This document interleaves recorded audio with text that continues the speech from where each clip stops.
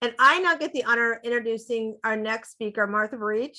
She is a thought leader and behavior change expert. Martha has helped hundreds change their thinking and behavior to overcome social anxiety, addictions, and low self-esteem to lead happy, healthy lives. With her show, Healthy Moments, her YouTube channel, her popular program, Yes, You Can, I Did, presentations, workshops, coaching, and consulting, she helps people break the habits, thoughts, and addictions that are keeping them from the health, wealth, relationships, and happiness they dream of. Welcome, Martha. Oh, happy to be here. Thank you. I'm so happy to be here. This is an absolutely wonderful summit. You know, it is never too late to become who you might have been. And I say that because I'm 68 years old. And even though I managed to have a good career, after I retired, I became bored, didn't know what I was going to do with myself. And the next thing you know, I'm drinking, and I'm drinking every day. And I couldn't quit. So one day I was listening to a podcast, and the speaker said, I dare you to ask God to make you quit. And I thought, oh no. If I ask God to make me quit, that's how people wind up in jail or hospitals. I know, I'll ask him to help me quit. So even though I was already drinking that night, I had the presence of mind to look up when the next AA meeting was, and it was the next day at 10 in the morning. So I was able to get some rest and go to the meeting. And it absolutely changed my life. And even though I had been kicked out of 2 colleges for drinking, when I was younger, I didn't get a whole lot of trouble from it, but yes, I did get kicked out of 2 colleges. I still managed to get bachelor's degree, master's degree, a PhD, all but dissertation, because I mainly confined my drinking to the weekends. But it was after I retired that it really started to take over my life. Well, let's fast forward. So it's never too late to become what you could have been. Because I stopped drinking, I gained a whole new life. And I started going to AA, and I became very active in AA, and my entire life changed. And I only deal now with people who don't drink. I don't have anyone around me except the ones that I help. None of my friends, etc., drink or anything like that. And anyway, I was about 4 years sober, and I thought, I was sitting at a meeting, and I thought, I'm kind of bored. Maybe I'll take AA meetings into the jail. And I don't know where that thought came from. I had never been in jail. Why would I do that? But, I knew that they needed people to come into the jail and bring an AA meeting. And the difference between us and the inmates, of course, is that we get to go home after the meeting. Well, anyway, when I went into the meeting the first time, it took about a month between when I decided and when my application was approved. And I went in for the first meeting, and there was a woman there who I had known from meetings, and she had gone to a meeting, gotten in trouble before, but didn't take it seriously. Well, then she had gotten in a whole lot of trouble and wound up in jail for a few months. But she told me later that, and this is providence. This is divine providence. These are the things that happen when you make a decision and you start to become who you were meant to be. She told me that she had prayed that for me, to contact me, because she knew that I was a stable person and I was solid and she could depend on me. And so she prayed. And then she said, and then one day you showed up in the jail to host a meeting. Now, I don't say that to say that she prayed for me. I say that to say that God answers our prayers when we ask and we mean it. And, she's gotten out of jail and she's become really a pillar of the community. She's helped so many people now. And, it is never too late to become what you might have been, what you could have been when you make a decision. It wasn't. And also, I want to also talk about, a lot of people seem to think that they're old. I was talking to someone earlier and she said she was 38. I said, how old are you? She goes, oh, I'm 38. I'm old. No, no, no, no. I'm 68 and I'm middle-aged. I have plenty of years left in me. And it's when we start thinking that we have no purpose or usefulness. You know, let me tell you something else. You won the first race you ever ran. Every one of us here, we won the first race we ever ran, the race for life. The odds on that sperm hitting that egg, there were millions of sperm. That sperm hitting that egg made you and made you special. And that sperm hit that egg, you have a duty. There's something you're here on this earth for, and maybe you haven't figured it out yet, but you will if you want to. And it is never too late to become what you could have been and to fulfill that promise and that duty. Life is for living. When I was 62, I decided, you know what? I want to learn how to take piano. So I took piano lessons. Now, my piano teacher was an elementary school teacher. So at Christmas time, she said, I want you to play in the Christmas recital. Well, all of our other students were children. And of course, everyone in the audience were parents and grandparents. So I played after the 5-year-old and before the 10-year-old who wrote his own music. The child was a prodigy. Anyway, I played Shania Twain's From This Moment. Um, but what's the point? The point is that after the show was over, more parents and grandparents came up to me and said, you know what? I've always wanted to learn guitar. I always wanted to take up painting. I think maybe I'll do that now. See, we get this idea that somehow our life is over. We're 40, we're 45, we're sometimes we're 25. Oh my God, I'm old. No, every day you're living is a new day to start a new course. Start on a new course. I started singing just out of the blue. I never thought I had a voice. So there was this restaurant, and every Sunday night they would have musicians would just come and they'd all get together and play. So I said, well, can I sing with you? I thought, well, because I thought, well, you know what? Why not? Why not try? So I would get these songs. I did Dolly Parton's Jolene and just the old songs, Loretta Lynn, You Ain't Woman Enough.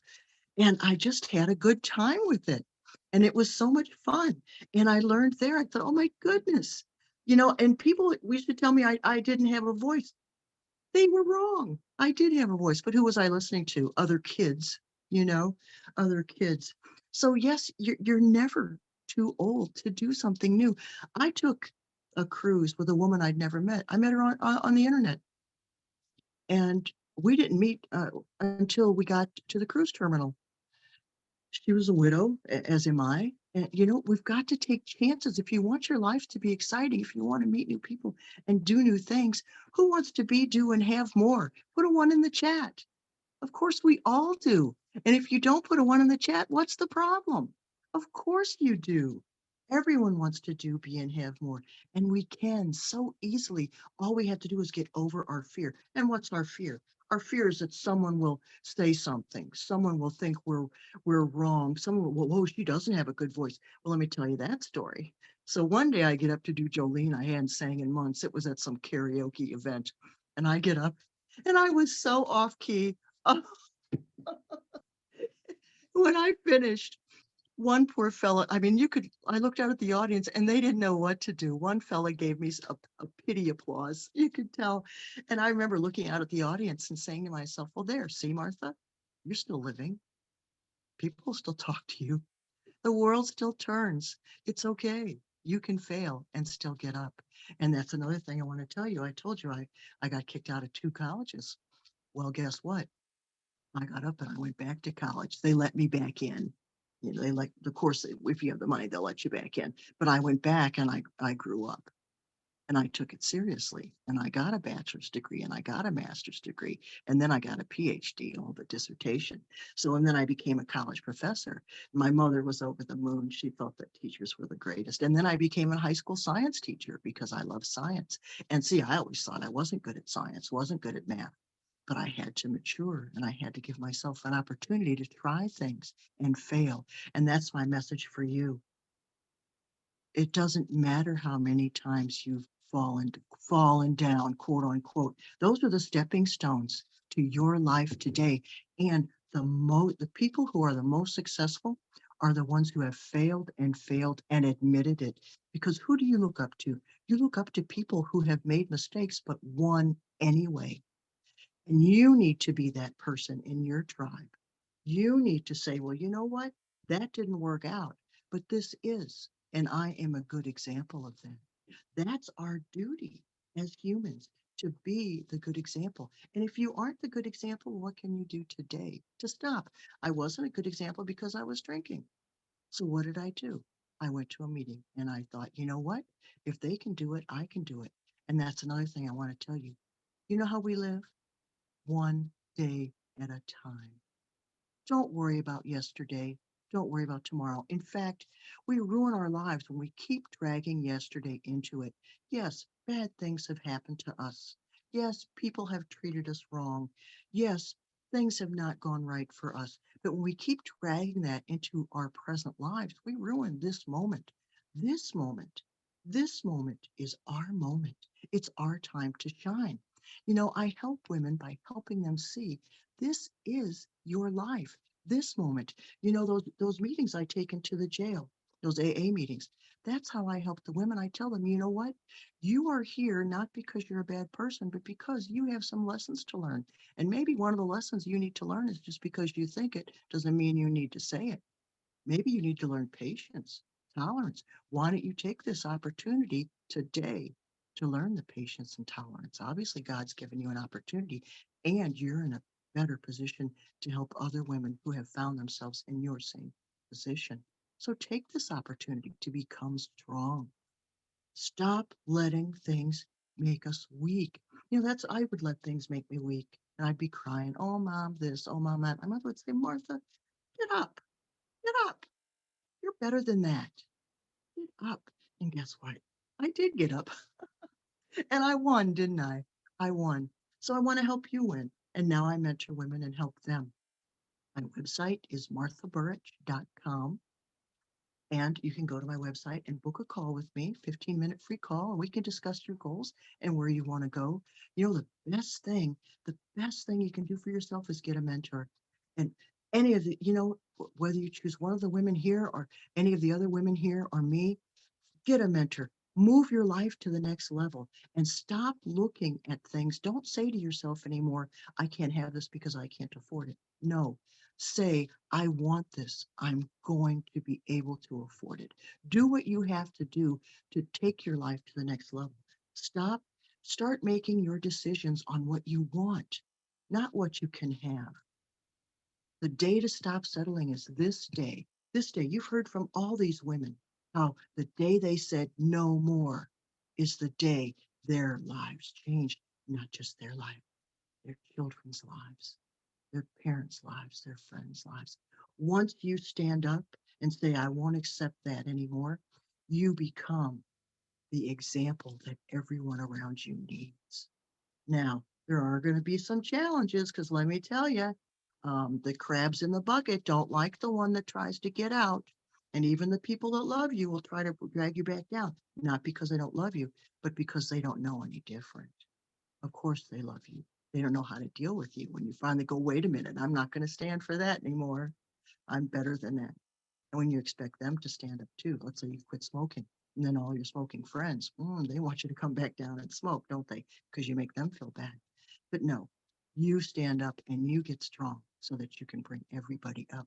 Put that hand out so you can pull everybody up out of the bucket. Don't let them pull you back down. I am so, so glad that you were here with me today and that I had this wonderful opportunity to talk to you. And remember, it is never too late to become who you could have been at any age. We all have a wonderful life to live, and as long as we're alive, we have work to do. Thank you so much for letting me be here. Again, it's marthaburich.com. Thanks. Awesome, Martha. Awesome, awesome, awesome. I love it that you went into detail about all of the things that you've gone through in your life. The alcohol addiction really kind of sat with me. I don't speak about this a lot, but I was a cocaine addict for a couple years, 2.5 years. And I remember I found God lying on my back, high on cocaine back in 2009. And that experience completely changed my life. And being an addict of anything can really impact you. And like you said, you're like, God, I want to stop. I want to stop. And that's exactly what I said. I remember laying there saying, God, if you exist, if you're out there, right? Because this is when I found him, when he finally said, hello, I am here for you.